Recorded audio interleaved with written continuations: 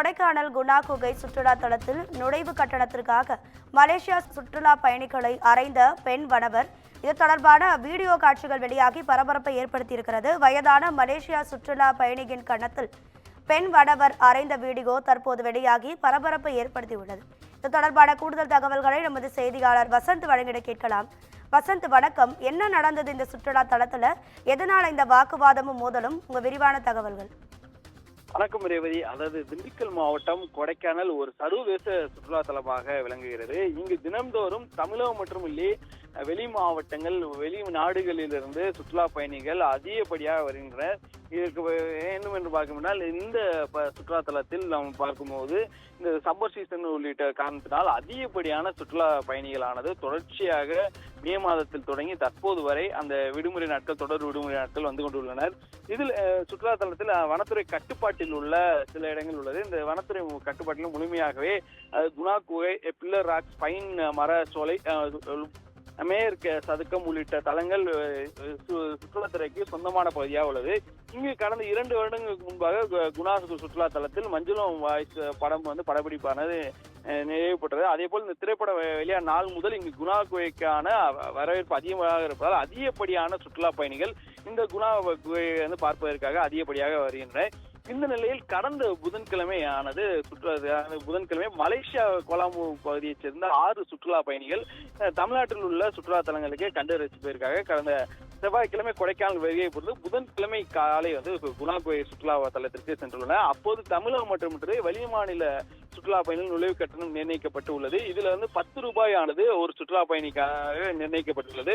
குணா குகைக்கு உள்ளே நுழைந்துள்ளனர். அப்போது நுழைவு கட்டணத்தை ஆய்வு செய்த வேட்டை தடுப்பு காவலர் பணியாளராக இருந்த பாலாஜி ஆய்வு செய்த போது சுற்றுலா பயணிகள் எங்கிருந்து வந்தீர்கள் என்று கேட்டதற்கு மலேசியாவிலிருந்து வந்துள்ளோம் என்று அவர்கள் சொன்ன அந்த பதிலை வைத்து வெளிநாட்டு சுற்றுலா பயணிகள் தெரிவிப்பதால் இவர்களுக்கு உள்ளே செல்வதற்கு நீங்கள் 100 ரூபாய் செலுத்த வேண்டும் என்று சுற்றுலா பயணிகளுடன் நிர்ணயிக்கப்பட்ட தொகையை செலுத்த வேண்டும் என்று தற்காலிக வன பணியாளர் தெரிவித்திருக்கார். இந்த சூழ்நிலையில் தான் இந்த பகுதியில் அவர்களிடையே வாக்குவாதமானது தொடங்கியது. இதில் மலேசியா சுற்றுலா பயணியை 100 ரூபாய் கட்டணம் செலுத்த வேண்டும் என்ற அறிவிப்பு பதாதைகள் எதுவுமே இல்லை. இதன் அடிப்படையில் 100 ரூபாய் கேட்கிறீர்கள் என்று அவர்கள் கேட்ட அந்த காட்டுங்கள் என்று அவர்கள் கூறியது அவர்களுக்கு இடையே 2 பேருக்கு இடையே வாக்குவாதத்தை ஏற்பட்டது. மேலும் நாங்கள் தமிழ் மொழியில் பேசுகிறோம், எதற்கு வெளிநாட்டு சுற்றுலா பயணிகள் நுழைவு கட்டணம் செலுத்த வேண்டும் என்று அவர்கள் தொடர்ச்சியாக வாக்குவாதத்தை தொடங்கிய நிலையில் தான் அந்த வனத்துறையில் இருக்கக்கூடிய மலேசியா சுற்றுலா பயணிகளுக்கு வாக்குவாதம் ஏற்பட்டு தள்ளுமுள்ளாக இது பண்ணது. இந்த நேரத்தில் பெண் வனவராக மசானம் என்பவர் மலேசியா சுற்றுலா பயணிகள் வயதான ஒரு பெண்மணியை அவர் பிளாஸ்டிக் போன்ற பொருட்களை எடுத்து எரிகிறார். அதன் அந்த பதிவான காட்சியில தற்போது நம்மால் பார்க்க முடியுது. அந்த காட்சியை தான் பார்த்து கொண்டிருக்கிறோம். இந்த வயதானவர் அவர் கன்னத்தில் அறையும் காட்சியில் தற்போது வெளியாகி பெரும் பரபரப்பை தற்போது ஏற்படுத்தல. மேலும் கடந்த புதன்கிழமை சுற்றுலா பயணிகளான மலேசிய சுற்றுலா பயணி தனித்தனியாக காவல் நிலையத்திலிருந்து புகார் அளித்தனர். இது சமாதானமாக இருவரும் காவல் நிலையத்தில் சார்பில் தகவல் தெரிவிக்கப்பட்டு அவர்கள் இருவருமே சமாதானமாக சென்றனர்.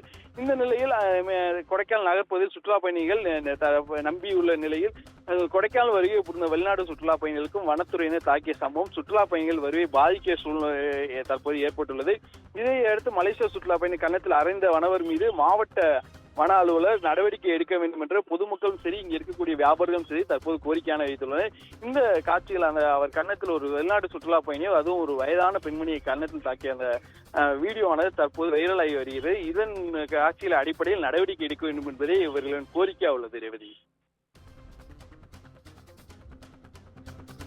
உங்க தகவல்களுக்கு நன்றி வசந்த்.